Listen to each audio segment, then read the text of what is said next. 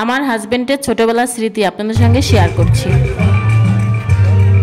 আসসালামু আলাইকুম, শুভ সকাল। আমরা চলে আসছি খুলনা খালিশপুর জিসানের পাপার স্কুলে।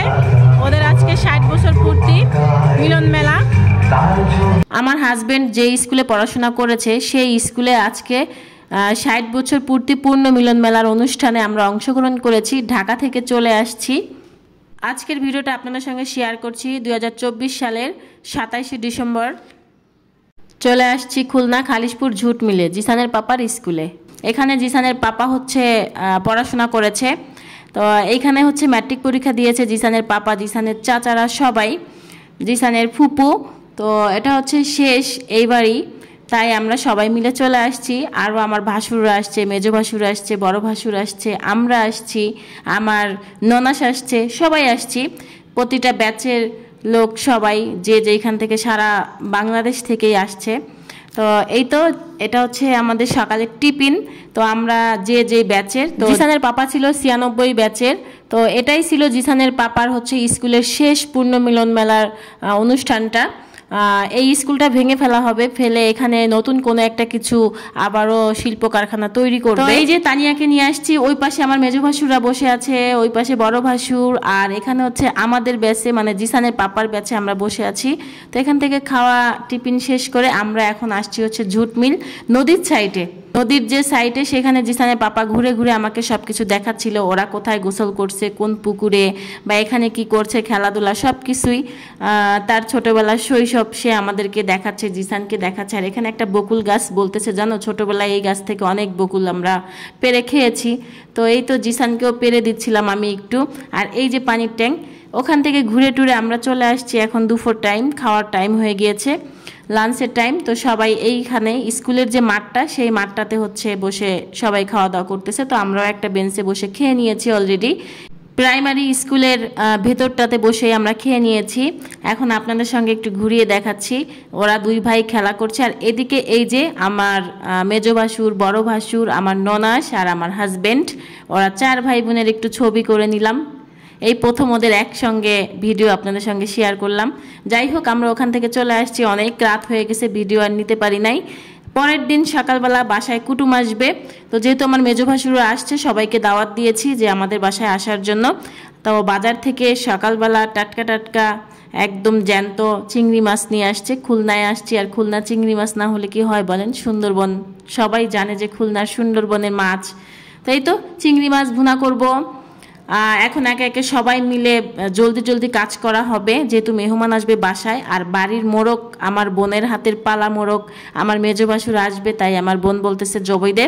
তো তানিয়া বের করে নিয়ে আসতেছে। এখানে 3টা মোরগ ছিল, তো একটা মোরগ খুব রাগী, এই যে ওদের দেখতে পারে না, তাই তানিয়া একটু দুষ্টুমি করতেছিল। তো বাড়ির হাঁস মুরগি পালা এটাই একটা সুবিধা যে মেহমান আসলে যখন তখন জবই দেওয়া যায়। তো এই তো এখানে 2টা মোরগ জবই দিয়ে নিবে। আমার ভাসুর দেশি মোরগ খেতে খুব পছন্দ করে, তাই। আর এখানে নতুন চুলায় আমার বোনের হাতের চুলা বানানো, সে কিন্তু খুব চুলা বানাতে এক্সপার্ট, সে চুলা বানায় খুব সুন্দর। তো এই যে এক এক করে রান্না বসায় দিতেছি, এক একজন মানে 3-4 জন মিলে কাজ করা হচ্ছে। গ্রামের বাড়িতে মেহমান আসলে এভাবেই কাজ করা হয়। তানিয়া এখানে মাংস ঢেলে নিচ্ছে, এখানে 5 কেজি মাংস ছিল। আজকে হাতে মাখায় সুন্দর করে মজা করে মাংস রান্না করা হবে। আর আমার মেজো ভাসুর হচ্ছে ছোট মাছ চচ্চড়ি পছন্দ করে। তো এই যে ছোট মাছ চচ্চড়ি অলরেডি হয়ে গেছে। এখন চিংড়ি মাছটা আমি ভুনা করে নিব।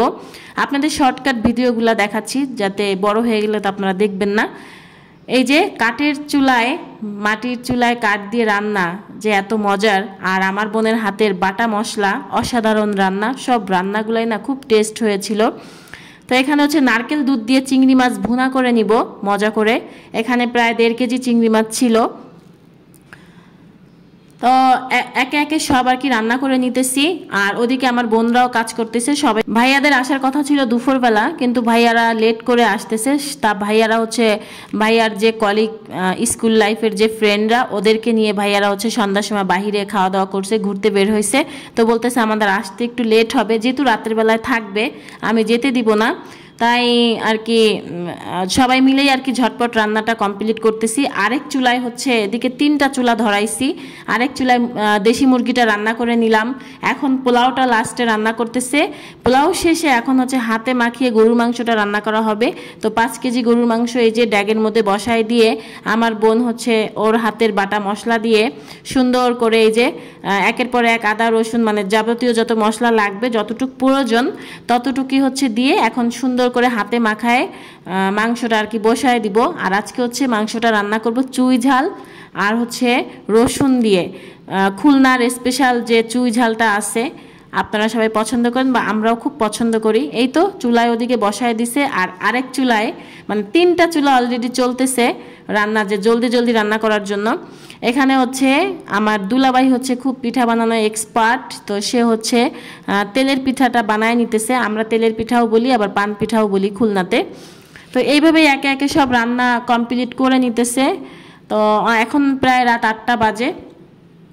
এখন আমার ভাসুররাও চলে আসতেছে। তো আজকের ভিডিও আপনাদের কাছে কেমন লেগেছে অবশ্যই কমেন্ট করে জানাবেন। একটু একটু করে শেয়ার করেছি যতটুকু পেরেছি, কি কি রান্না করেছি সেগুলো শেয়ার করতেছি।